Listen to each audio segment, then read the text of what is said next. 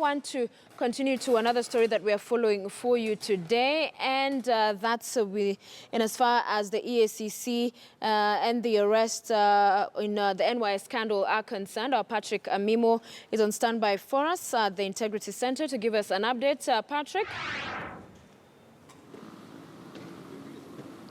Thank you, Sophia. Indeed, what's happening here is that we are still waiting for the arrival of Adan Harake, who was the Deputy Director General at NYS, and Hassan Nur Hassan, who was the chairperson of the Ministerial Tender Committee in the Ministry of Devolution. These are the new entrants who are supposed to be charged before the Anti-Corruption Court with economic crimes. And so far, in the morning, we saw at least 12 people facing similar charges, which Harake and Nur will be facing. Among the 12 was the former Principal Secretary, Peter Mangiti. We also had the former Director of Finance, Samuel Wechenje, who appeared also, who was among the two, are now being charged at, who have been taken to the Anti-Corruption Court to be charged with these economic crimes. And what's happening is that those suspects have to check here at the Anti-Corruption Head Office for fingerprinting.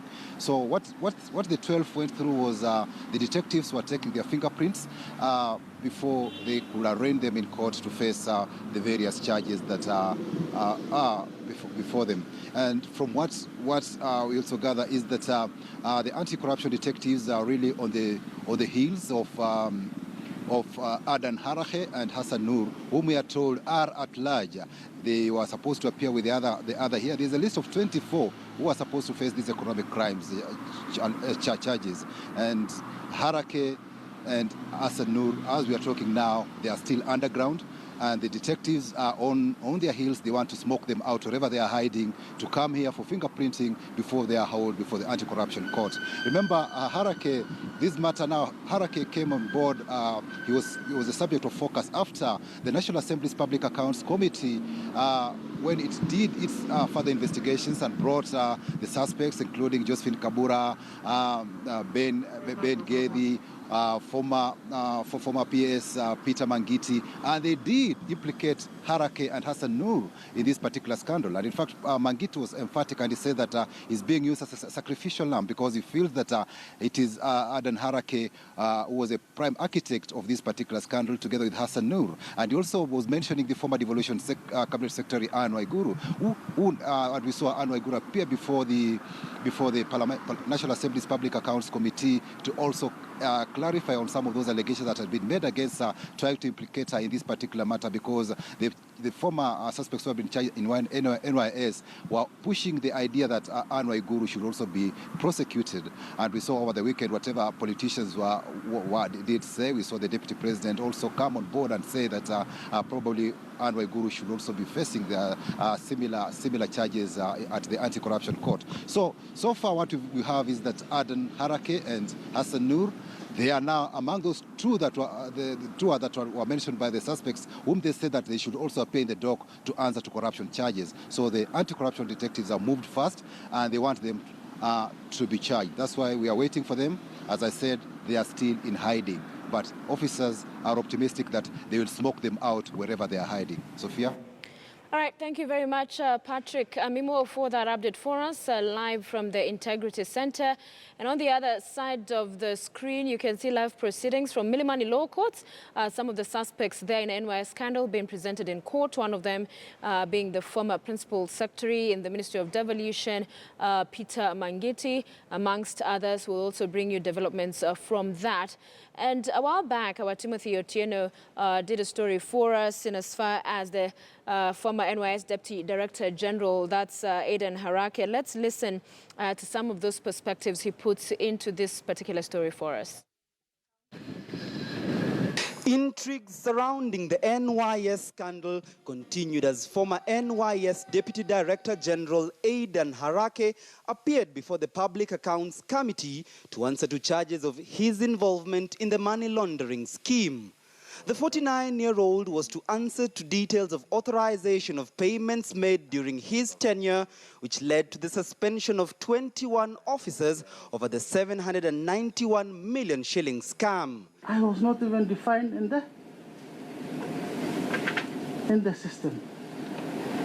On the 695, I'm the one who raised the issue after seeing that the balances, what was wired on 19th and what is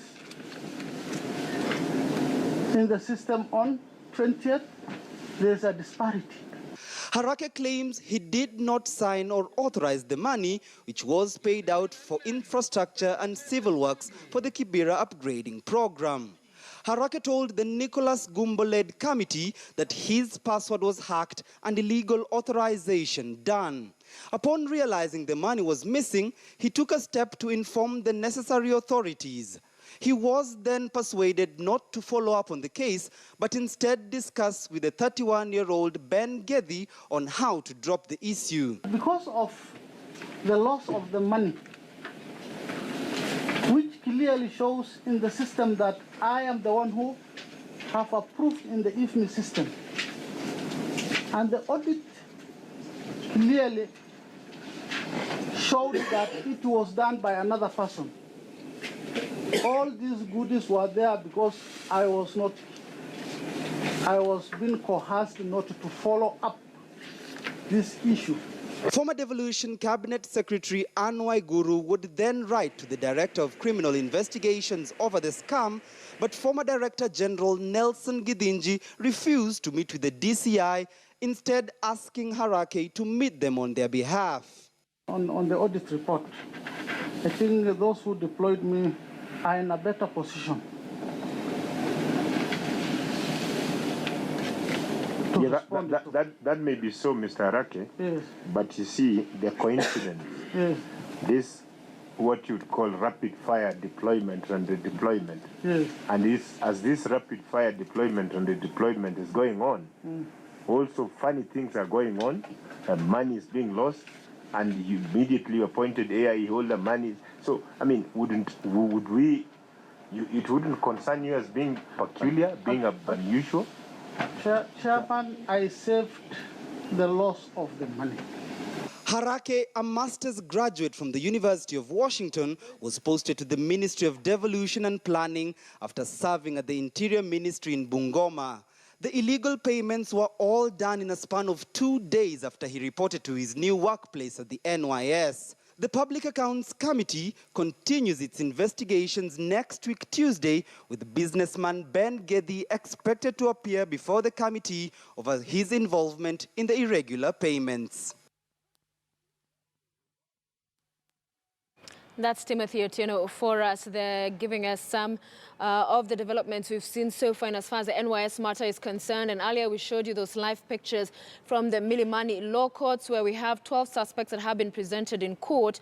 And of course, they're being charged with conspiracy to commit economic crime. Those are live pictures right there from the Milimani law courts.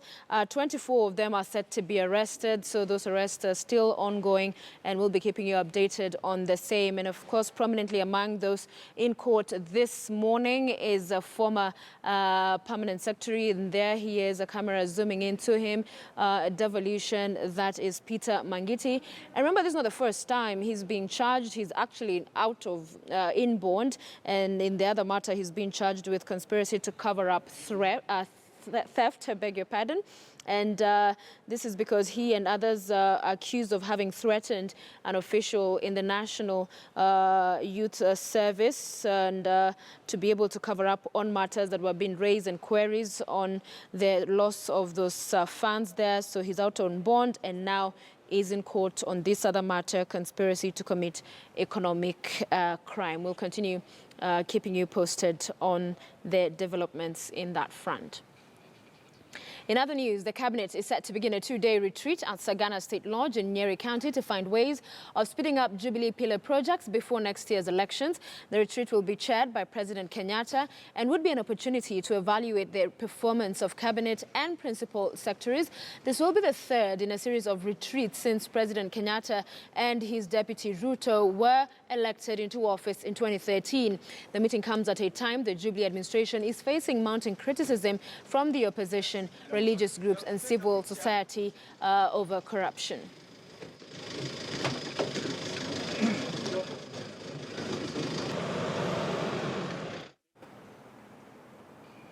Karen Derry is joining us via phone from Nyeri. Carol, good morning. Do we know if the president has arrived yet? Good morning to you, Sophia. We are expecting the president to arrive at the Sagana State Lodge at the course of the day. He hasn't yet arrived, but he's expected to be here anytime, as well as the cabinet secretaries and some of the PSs who will be coming for the two-day retreat. And as I've said, this is the third cabinet retreat that has been held since President Uhuru Kenyatta's election. The first one was around March 2014 at the Mount Kenya Safari Club. And the second one was at the Great Rift Valley Lodge in Naivasha in April 2016, that is this year. And so this is the third one, and they will basically be reviewing the progress so far just before the close of the year. They have to look at the milestones, keep tabs on what projects they have done, the levels of success, and so on. And it is basically a review of the strategic direction that the government has taken and the results that have been achieved so far. Some of the projects, the standard gauge railway, the provision of tablets to standard one pupils, road construction, and some of these projects that the government has undertaken, they will sit together and look at what Jubilee has done this far. And as you've also said, this is coming at a time when the Jubilee administration is facing criticism, especially from the opposition and civil society groups, mainly over corruption. So they're hoping that the deliberations they will have for this two-day retreat, that they're having since the government came into formation, will be able to discuss some of the crucial and pertinent issues that they need to look at. Sophia. All right. Thank you, Karen Derry. Looking forward to talking to you later, even as that retreat in Sagana kicks off. You are watching News Center here on KTN News. Don't go away. We still have more for you. Zinzi will be coming back as well with other things that are trending in the world and here in Kenya as well. Please stay with us.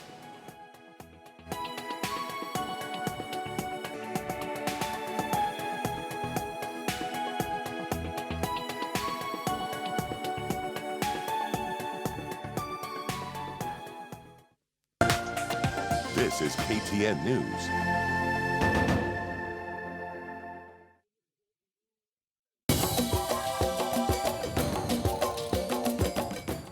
Mimi sirika ya Mheshimiwa Duale atajibiwa na wabunge wenzake. Hiyo ni maneno ya upuzi, ya ujinga ambayo mimi sitaki kuongea juu yake.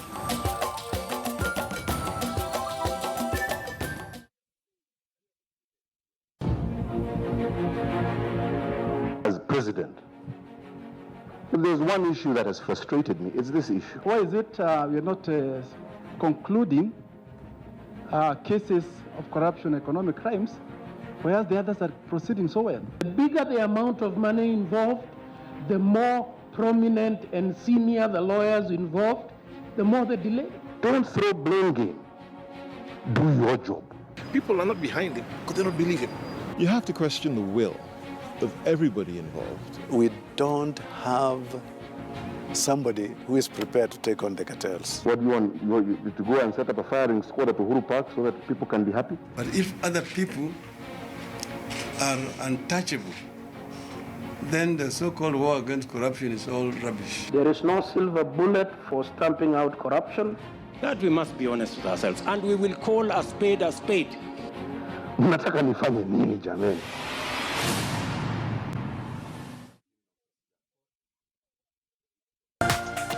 This is KTN News.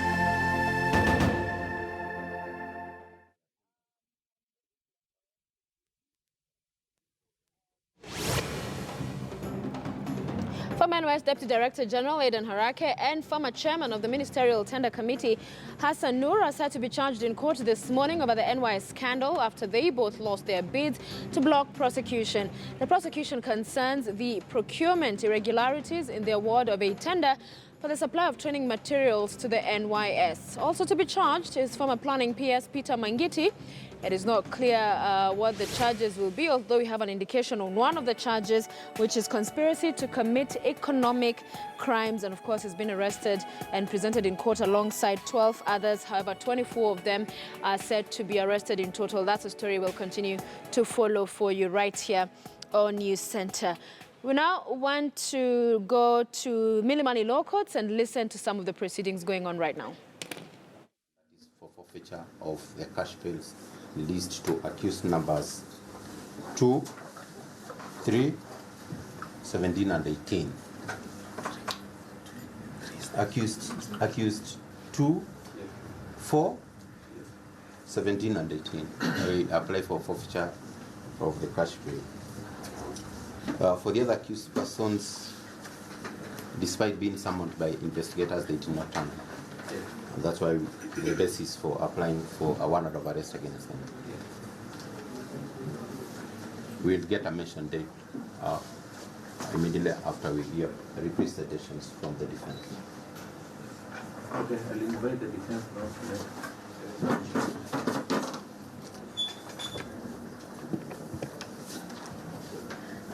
I also have instructions to forward to Mr. Odera Obara. Okay, let me deal with that issue first of appearances. Mr. Karoki is now here. Karoki, you are saying I act together with Mr. Wandugu on that was going to come on record for the 17th and 18th.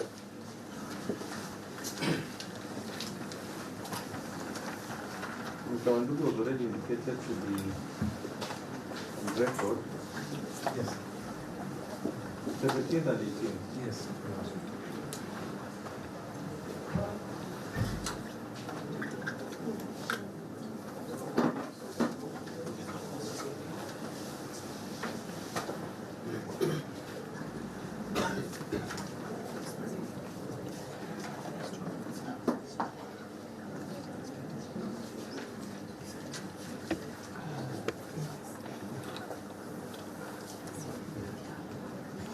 Okay, we have already noted that with Karoki, so I'm just putting on record. Without him.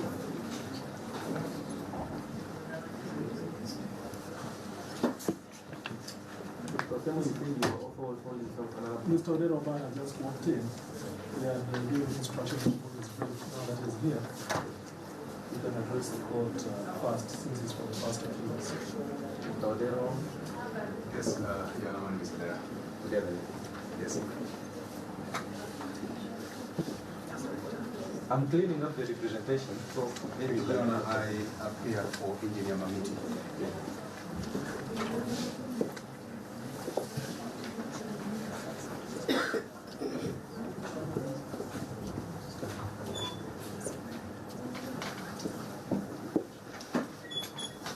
Okay, Mr. Odera, placed on record for Engineer Mamiti, and move on from there.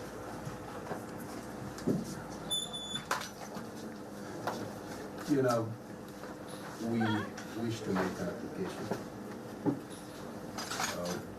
to have the accused released on reasonable bail terms.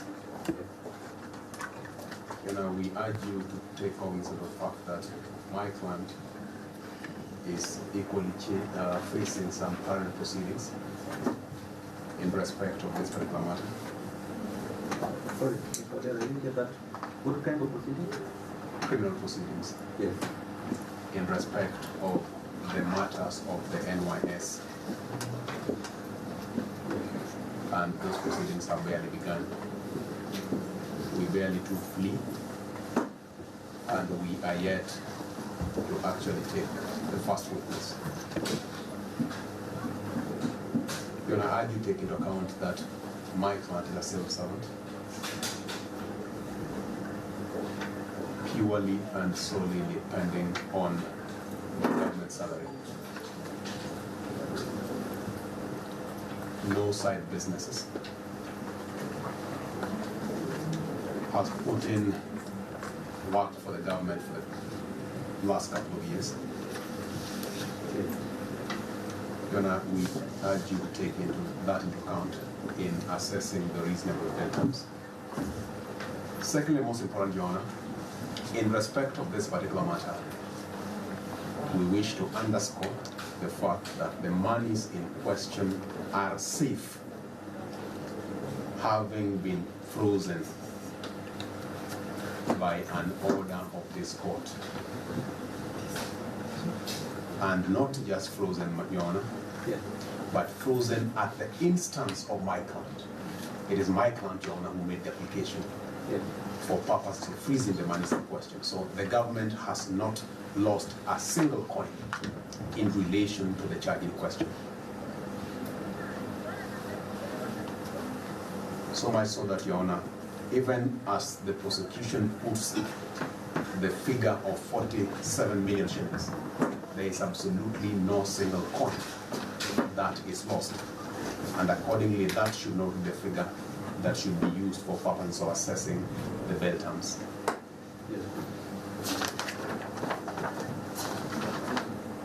Your Honor, the offense, of course, is constitutionally available, and we urge you to be lenient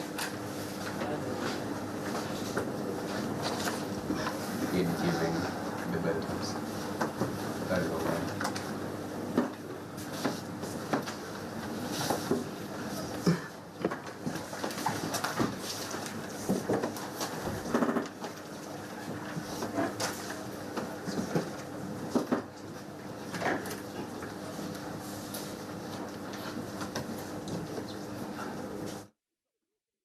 And this, their NYS Graft proceedings are the Milimani Law Courts. 12 suspects presented before court today. 24 in total are set to be arrested and presented in court. One of those is former PS Devolution, Peter Mangiti.